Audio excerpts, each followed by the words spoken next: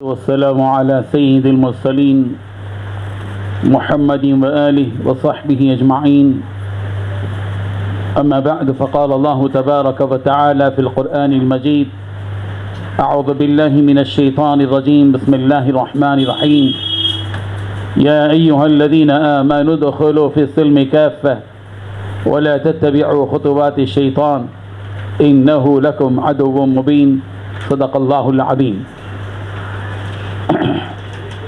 معزز و محترم مائیں بہنیں، آج کا یہ دن اس پورے علاقے کے لیے خوشی کا ہے، مسرت و شادمانی کا ہے کہ یہاں کی خواتین میں دین بیداری کے لیے، اسلامی تعلیمات سے روشناس کرنے کے لیے، قرآن مجید کی تعلیمات کو عام کرنے کے لیے، رسول رحمت صلی اللہ علیہ وسلم کی زندگی کو آپ کے سامنے اجاگر کرنے کے لیے اور سیرت رسول صلی اللہ علیہ وسلم کو آپ کے سامنے رکھنے کے لیے اور زندگی گزارنے کے جو طریقے ہیں، آداب ہیں، ان تمام چیزوں کو آپ کے ذہنوں تک پہنچانے کے لیے اور ایک اچھا اور سچا انسان بنانے کے لیے ایک پیارا نظام یہاں پر جناب محترم ابو ایمل صاحب نے اپنے رفقا کے ساتھ، اپنے برادران کے ساتھ اور یہاں کے مقامی احباب کے تعاون سے شروع کیا ہے۔ یوں تو پہلے ہی سے جناب ابو ایمل صاحب کی یہاں اچھی خدمات مسلسل چل رہی ہیں۔ محترم ابو ایمل صاحب صرف ایک رپورٹر نہیں ہیں، ایک میڈیا کے ابھرتے ہوئے نمائندے ہی نہیں ہیں، بلکہ اللہ تبارک و تعالیٰ نے ان کے دل میں ایک فکر دی ہے اور پتہ نہیں ان کے سرپرست نے، ان کے والد محترم نے ان کے لیے، ان کے برادران کے لیے کیا دعا کی تھی۔ اللہ تبارک و تعالیٰ اپنے ماں باپ کی دعاؤں کو قبول کرتے ہیں اور جو ان کی اولاد سے نیک اعمال، اچھے کردار، ان کی فکریں، ان کی عملی کاوشیں اور کوششیں دنیا میں عام ہوتی ہیں تو اس کے پیچھے ان ماں باپ کی دعائیں ہوتی ہیں جو اپنی زندگی میں کیے ہوئے ہوتے ہیں۔ اللہ تعالیٰ ان کی خدمات کو قبول فرمائے۔ میں انتہائی مسرور ہوں اس موقع پر کہ یہاں پر ماشاءاللہ سے ایک اچھا کشادہ شیڈ تعمیر کیا گیا ہے تاکہ اور وسیع پیمانے پر یہاں گزشتہ کی جو خدمات ہیں ان کو مزید جاری رکھتے ہوئے اس میں کشادگی ہو، وسعت ہو۔ اللہ تعالیٰ ان خدمات کو قبول فرمائے اور ان خدمات کو اللہ تبارک و تعالیٰ مثالی بنا دے اور یہ کام ہر علاقے میں ہونا ہے، ہر محلے میں ہونا ہے اور اس کی فکریں کرنے کی ذمہ داری اللہ تعالیٰ نے ان کاندھوں پر رکھی ہے جن کے اندر شعور ہے اور جو احساس رکھتے ہیں اور جو دینی ذمہ داری رکھتے ہیں۔ اللہ تعالیٰ قبول فرمائے۔ ماں اور بہنوں، یہ وقت بہت بہترین وقت ہے آپ کے لیے، سنہری موقع ہے دینی علم حاصل کرنے کا، اپنے آپ کو بنانے کا۔ زندگی تو یوں ہی گزر جائے گی۔ آج کل عورتوں کا مسئلہ یہ ہے کہ صبح سے شام تک کھانے میں، پکانے میں، کھا کیوں رہے ہیں؟ جینے کے لیے، جی کیوں رہے ہیں؟ کھانے کے لیے۔ ایسا روٹین والا معاملہ سمجھ میں آ رہا ہے۔ ہماری اپنی عملی زندگی بتاتی ہے، ہم خود صبح سے شام تک جو کام کرتے رہتے ہیں، برتن میں، پکانے میں، کپڑے دھونے میں، یہ بھی ایک ذمہ داری ہے، اس سے کوئی انکار نہیں ہے، لیکن زندگی کا یہ مقصد نہیں ہے۔ دیکھیے، یہ کھانا، یہ پکانا، یہ کپڑے دھونا، یہ استری کرنا اور یہ کپڑے خریدنا اور یہ جتنی چیزیں ہیں، یہ سب زندگی کی ضرورتیں ہیں، مقصد نہیں ہے۔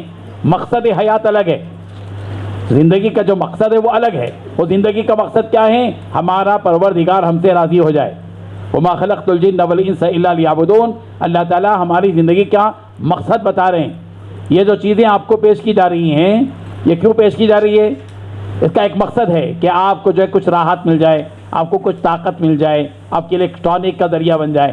یہ ایک مقصد ہے، ٹھیک ہے نا؟ اسی مقصد کے تحت آپ کی خدمت میں پیش کیا جا رہا ہے۔ ہر چیز کا پانی ہے، آپ کی پیاس بجھاتا ہے۔ بالکل یہ میک ہے، یہ میک آپ کے ہاتھ میں ہے۔ یہ میک کا مقصد کیا ہے؟ یہ آواز، چھوٹی آواز کو بلند کرتا ہے اور آپ کے کانوں تک اس آواز کو اطمینان بخش انداز میں پہنچاتا ہے۔ ہر چیز کا ایک مقصد ہے۔ یہ ٹیشو پیپر رکھا ہوا ہے، یہ ٹیشو پیپر اس لیے ہے تاکہ ہم اپنا پسینہ پھوچ سکیں، راحت حاصل کرتے ہیں، تھوڑا سا فریش ہو جائیں۔ ہے نا, میں فریش بھی ہو گیا, میرے مقصد کی تکمیل بھی ہو گئی اور آپ تک بات بھی پہنچ گئی. یہ کیا ہے؟ ہر چیز کا ایک مقصد ہے. ایک فین ہے, یہ فین کا مقصد کیا ہے؟ یہ ہوا پہنچاتا ہے, آپ کو راحت دیتا ہے. ہر چیز ایک مقصد کے تحت پیدا کی گئی ہے. اللہ تعالیٰ فرماتے ہیں, بندہ کہتا ہے ربنا ما خلقت هذا باطلا, اے ہمارے پروردگار آپ نے یہ چیز بیکار پیدا نہیں کی, دنیا کی کوئی چیز بیکار نہیں ہے. یہ زمین, یہ آسمان, یہ چاند, یہ سورج, یہ ستارے, یہ سیارے, یہ پہاڑ, یہ سمندر, یہ بارش کا پانی, یہ بادل, اور یہ جتنی چیزیں ہیں, نباتات, جماعتات, حیوانات, انس و جن, ہر چیز ایک نہ ایک مقصد کے تحت پیدا کی گئی ہے. اللہ تعالیٰ نے ہم کو بھی پیدا کیا ہے تو ایک مقصد ہے. وہ مقصد کیا ہے؟ وَمَا خَلَقْتُ الْجِنَّ وَالْإِنسَ إِلَّا لِيَعْبُدُونَ. اللہ خود فرما رہے ہیں, میں نے انسانوں کو اور جنات کو محض میری عبادت کے لیے پیدا کیا ہے. ظاہر بات ہے کہ اللہ تبارک و تعالیٰ کی ہم عبادت کریں گے. اور عبادت کیا چیز ہے؟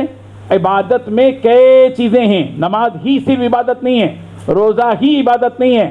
زندگی کے اندر عبادت کی کئی شکلیں اور صورتیں ہیں. ہمیں چاہیے کہ ہم سب ان چیزوں پر غور و فکر کریں.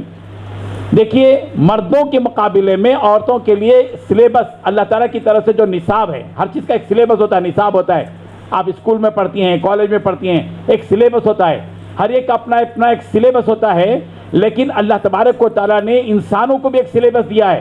مردوں کا سلیبس جو ہے بہت زیادہ بھاری ہے. ان کو جو ہے جہاد میں جانا پڑتا ہے, جنازے کی نماز پڑھانے کے لیے جانا پڑتا ہے, فلاں کام کرنا پڑتا ہے, جمعے کی نماز ادا کرنا کے لیے جانا پڑتا ہے, عیدین کی نماز کے لیے جانا پڑتا ہے. مگر عورتوں کے لیے جو سلیبس ہے بہت آسان ہے. نبی رحمت صلی اللہ علیہ وسلم نے 4 باتیں بتائی ہیں, 4 کام آپ کو کرنا ہے. یہاں بیٹھی ہوئی ہیں, 4 باتوں پر آپ کو دھیان دینا ہے. حضور صلی اللہ علیہ وسلم نے 4 کام کرنے والی عورت کے بارے میں بہترین خوشخبری دی ہے. کیا خوشخبری ہے؟ فَلْتَدْخُلْ مِنْ أَيِّ أَبْوَابِ الْجَنَّةِ الشَّاعَةِ. جب قیامت کا دن قائم ہوگا تو اللہ تبارک و تعالیٰ عورتوں سے کہیں گے, عورت سے کہیں گے, کیا کہیں گے؟ تو جنت کے جس دروازے سے چاہے داخل ہو جا. ایسا نہیں کہا جائے گا یہی دروازے سے جانا پڑے گا, صرف اسی دروازے سے جانا پڑے گا, اس دروازے سے جانے کی ضرورت نہیں ہے. قیامت کے دن اس عورت سے نہیں کہا جائے گا جو 4 کام کر لے گی. 4 کام کرنے والی عورت کو اللہ تبارک و تعالیٰ اتنا بہترین اعزاز کریں گے, ایسا استقبال اللہ تعالیٰ کی طرف سے, ان کے فرشتوں کی طرف سے ہوگا کہ کہا جائے گا کہ فَلْتَدْخُلْ, داخل ہو جا, مِنْ أَيِّ أَبْوَابِ الْجَنَّةِ الشَّاعَةِ, جنت کے جس دروازے سے چاہے داخل ہو جا. کیا 4 کام ہیں وہ؟ غور سے سنیں, عمل کی نیت سے سنیں. آپ 4 کام سمجھیں گے نا انشاءاللہ, اور ان چاروں میں سے چاروں کام کی پابندی آپ کو کرنا ہے. کیا ہے وہ حدیث؟ رسول رحمت صلی اللہ علیہ وسلم نے ارشاد فرمایا, المرأة اذا صلت خمسها وصامت شهرها واطاعت بعلها واحسنت فرجها فلتدخل من اي ابواب الجنة الشاعة. سرکار دو عالم صلی اللہ علیہ وسلم فرمایا, عورت جب نماز پڑھ لیتی ہے, پہلا کام, المرأة اذا صلت, جب نماز پڑھ لے. نماز پڑھنے سے مراد فجر کی پڑھے, ظہر غائب, عصر کی پڑھے, مغرب غائب, عشاء پڑھ لے پھر فجر غائب, یہ نہیں, بلکہ خمسہ, جو کوئی عورت 5 وقت کی نماز پڑھے. آج آپ ارادہ کر کے اٹھنا ہے آپ کو, ہم 2 نمازیں نہیں پڑھیں گے انشاءاللہ, 3 نمازیں نہیں پڑھیں گے روزانہ کی, بلکہ کتنی نمازیں پڑھیں گے روزانہ کی انشاءاللہ؟ 5 نمازیں پڑھیں گے انشاءاللہ. 5 نمازیں. عورتوں کا مسئلہ ذرا ہوتا ہے, کیا ہوتا ہے؟ عورتوں کی مصروفیات بھی زیادہ ہوتی ہیں, مشکلات ہے, عورت کی مصروفیات زیادہ ہیں, مرد کو تھوڑا سا کام کم ہوتے ہیں. پکانا ہے, اور جو ہے نا بچوں کی تربیت کرنا ہے, اور لوگوں کو جو ہے نا مہمان آتے ہیں, مہمان نوازی کرنا پڑتا ہے, بستر کا کام ہے, بستر ڈالنا پڑتا ہے, کپڑے دھونا پڑتا ہے, سارے کام ہیں. لیکن ان تمام کاموں کے باوجود آپ کو 5 وقت کی نماز پابندی کے ساتھ پڑھنا ہے. مگر عورتیں کیا کرتے؟ ترخا کے پڑھتے نماز کو اول وقت میں پڑھو, جلدی پڑھنے, ہر کام جلدی کریں گے, نماز کو دیر سے پڑھیں گے. یہ شیطان دل میں ڈالتا ہے. اسی لیے عورتوں کو دیکھتے ہیں کہ ظہر کی نماز کب پڑھ رہے ہیں؟ 3:30 بجے پڑھ رہے ہیں. خدشہ ایسا ہوتا ہے کہ 3:30 4 بجے پڑھ رہے, تو عصر کی نماز شاید پہلے پڑھ رہے ہوں گے. عصر کی نماز اتنی دیر سے پڑھتے ہیں کہ مغرب کا وقت قریب رہتا. عشاء کی نماز پڑھتے ہیں 12 بجے 1 بجے. ایسا نہیں ہونا چاہیے, بلکہ 5 وقت بھی اپنی پابندی کے ساتھ پڑھیں. پہلا کام ہے جس پر جنت کے جس دروازے سے چاہے داخل ہو جانے کی بشارت ہے, وہ کیا ہے؟ 5 وقت کی نماز ادا کرنا. اور دوسرا کام کیا ہے؟ وہ صامت شہرہا, ماہ رمضان کے روزے رکھنا. یہ دوسرا کام ہے جس کو آپ کو کرنا ہے. ماشاءاللہ سے ہمارے ہندوستان میں عورتیں بڑے جذبے کے ساتھ روزہ رکھتی ہیں.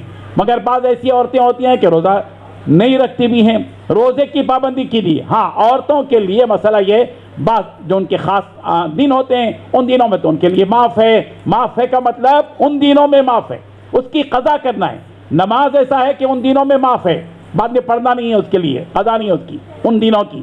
لیکن رمضان میں روزے رکھنے کی جو مسئلہ ہے اس میں جو چھوٹ ہے وہ اس طرح کی چھوٹ ہے کہ رمضان کے بعد جتنے روزے چھوٹ گئے ہیں وہ روزے آپ کو قضا کرنا ہے. بہت سی عورتیں وہ قضا کرتی نہیں، سالوں گزر جاتے ہیں. اپنے اپنے حسابات کریں گے تو سمجھ میں آئے گا کہ کسی کے 30 روزے باقی ہیں، 40 روزے باقی ہیں زندگی بھر کے. اس لیے ابھی شعبان کا مہینہ ہے، ابھی بہت اچھا سنہری موقع ہے، ابھی سے شروع کر دو، عادت ہو جائے گی قضا روزے پورے مکمل کیجیے. یہ 2 کام ہے جو عورتوں کو کرنا ہے. اور تیسرا کام ہے وہ اطاعت بالہا، شوہر کی اطاعت کرنا. کس کی اطاعت کرنا؟ شوہر کو مطیع نہیں بنانا. میری اطاعت شوہر کرنا ایسا نہیں ہے، بلکہ شوہر کی اطاعت آپ کو کرنا ہے. حضور صلی اللہ علیہ وسلم فرما رہے ہیں عورت کا کام ہے تیسرا کام کیا ہے؟ وہ اپنے شوہر کی اطاعت کرنا. ہاں اس میں ٹال مٹول سے کام نہیں لینا، شوہر جو حکم دے اس پر عمل کریں. اس جتنے بھی جھگڑے پیدا ہوتے ہیں ہمارے پاس ہمارے سماج میں یہ سب اسی لیے ہوتے ہیں کہ ہمارے پاس انا ہوتی ہے، غرور ہوتا ہے. ہم جو ہے اپنے شوہر کی بات ماننے کے لیے تیار نہیں ہوتے. ایسا نہیں ہونا چاہیے، بلکہ عورت کو چاہیے کہ صبر و تحمل سے کام کرے اور صبر کے ساتھ جو بھی. آج ہمارا مسئلہ یہ ہے کہ آج ہماری پوری زندگی کپا ہے. نماز پڑھ رہے ہیں، تسبیح کر رہے ہیں، روزہ رکھ رہے ہیں، مگر معاشرتی اعتبار سے آج ہمارا معاملہ یہ ہے کہ ہم نہ اپنے ساس سے صحیح بات کرتے، نہ اپنی ننند سے صحیح بات کرتے، نہ ساس اپنی بہو سے صحیح بات کرتی. ہمارے ہندوستان کا نیشنل لیول کا جھگڑا جو ہے وہ ساس اور بہو کا جھگڑا ہے نا. انٹرنیشنل نہیں، نیشنل جھگڑا ہے. ہمارے ہندوستان میں بہت زبردست جھگڑا، سب سے بڑا جو جھگڑا ہے وہ ہم ساس بہو کا ہے. یہ جھگڑے ختم کیجیے. کب تک یہ بوجھ لے کر ہم اپنی زندگی بسر کریں گے؟ ہم کو چاہیے کہ ہم جو ہے اپنی زندگی گزارنے کا سلیقہ سیکھیں. ہاں اخلاق کے ساتھ نرمی، محبت، مودت، نرمی، معاف کرنے کا جذبہ پیدا کیجیے. ساس بہو کو معاف کرے، بہو ساس کو معاف کرے، ننند جو ہے بھاوج کو معاف کرے، بھاوج ننند کو معاف کرے. ایک دوسرے کو معاف کرنے کے جذبہ پیدا کیجیے. اللہ کے نبی صلی اللہ علیہ وسلم نے سب کو معاف کیا، معاف کر دینا چاہیے. ہاں انتقام لینا، غیبتیں کرنا، حسد کرنا، بغض کرنا، ایک دوسرے کی شکایت کرنا، جھگڑے پیدا کرنا نہیں. اور زیادہ بہت زیادہ ٹو مچ ہو گیا تو خودکشی کر لو. اب نہیں ہوا، اب یہ حادثہ ہوا بچی کی خودکشی کا. یہ کیا چیزیں ہیں؟ یہ اس کی شریعت میں بالکل اجازت نہیں ہے. ہم سب کو چاہیے کہ ہم ایک ایسی تہذیب پیدا کریں ہمارے مسلمانوں کے محلے کا مطلب یہ ہو یہ تعارف غیروں تک نہ جائے. یہ لڑنے والے لوگ ہوتے ہیں مسلم محلوں کے اندر نہیں، بلکہ ہم اپنا امیج اپنے ملک کے اندر غیر مسلموں تک یہ پہنچائیں. ہم سنجیدہ لوگ ہیں، ہم سلامتی پہنچانے والے لوگ ہیں، ہم امن پہنچانے والے لوگ ہیں، ہم لڑنے والے نہیں ہیں. ہم ایک دوسرے کے ساتھ محبت سے رہنے والے لوگ ہیں، ہم مہذب لوگ ہیں، ہم تہذیب سے آشنا ہیں. ہم اس نبی کے ماننے والے ہیں جس نبی نے اپنے اخلاق کا وہ بہترین کردار پیش کیا، وہ نمونہ پیش کیا جو کہ لقد کان لکم فی رسول اللہ اسوۃ حسنہ، کہ تمہارے لیے تمہارے نبی کی زندگی میں بہترین نمونہ ہے. ہم اس نبی کے ماننے والے ہیں، اس لیے ہمارے اخلاق اچھے جانے چاہیے. تو اطاعت بالہا تیسرا کام ہے کیا؟ اپنے شوہر کی اطاعت. اور پھر وَأَحْسَنَتْ فَرْجَهَا چوتھی چیز ہے جس پر جنت کے جس دروازے سے چاہے داخل ہونے کی بشارت اور خوشخبری ہے وہ کیا ہے؟ کہ اپنی حیا کی حفاظت کرنا، اپنی عفت اور اپنی عصمت کی حفاظت کرنا. اس کے لیے پردہ دار، پردے کے ساتھ رہنا. جہاں بھی ہم رہیں پردے کے ساتھ. یہ نہیں کہ گھر کے ماحول میں رہے پردے میں رہے، محلے میں پردے کے ساتھ ہیں، باہر کہیں جا رہے ہیں تو نقاب نکال لیے، پردہ نکال لیے، بے حیا ہو جائے. نہیں، ہم جہاں بھی رہیں گے اپنے حجاب کے ساتھ رہیں گے انشاءاللہ. ہم جہاں بھی زندہ رہیں گے اپنی حیا کے ساتھ زندہ رہیں گے. اس جذبے کے ساتھ عورتوں کو زندگی بسر کرنا چاہیے. اور یہ حیا کا جذبہ بچپن ہی سے پیدا کرنا چاہیے. یہ نہیں کہ 5 سال کی بچی ہے جیسے چاہے لباس پہنا دو، 10 سال کی بچی ہے جیسے چاہے لباس پہنا دو، بڑی ہونے کے بعد پردہ کریں گے. یہ بچپن ہی میں بے حیا بنایا گیا تو پھر اس کو حیادار بنایا نہیں جا سکتا. حیادار بنانے کے لیے بچی کو بچپن ہی سے حیادار بنائیے، بچپن ہی سے اس کے اندر جو ہے جذبہ پیدا کیجیے حیا کے ساتھ رہنے کا اور اپنی عفت اور عصمت کی حفاظت کا. بہت بہترین موقع ہے یہ ماشاءاللہ جو یہاں پر اس علاقے کے اندر بہت ضرورت ہے اس قسم کے کام کی کہ یہاں دین کا ماحول پیدا کیا رہے. ماشاءاللہ منبر و محراب فاؤنڈیشن سے بھی ہمارے حیدرآباد کے مختلف علاقوں میں 63 سینٹر چل رہے ہیں. 1600 خواتین ماشاءاللہ پڑھ رہی ہیں. یہاں بھی سینٹر چلتا ہے جناب محترم ابو ایمل صاحب کی نگرانی میں. اللہ تعالیٰ آپ کی محنتوں کو قبول فرمائے. میں دل کی گہرائی کے ساتھ جناب محترم ابو ایمل صاحب، ان کے برادران اور ان کی پوری ٹیم کو مبارکباد دیتے ہوئے اپنی بات کو ختم کرتا ہوں۔ اللہ تعالیٰ ان خدمات کو قبول فرمائے۔ فجزاک اللہ خیرا وآخر دعوانا الحمد للہ رب العالمین۔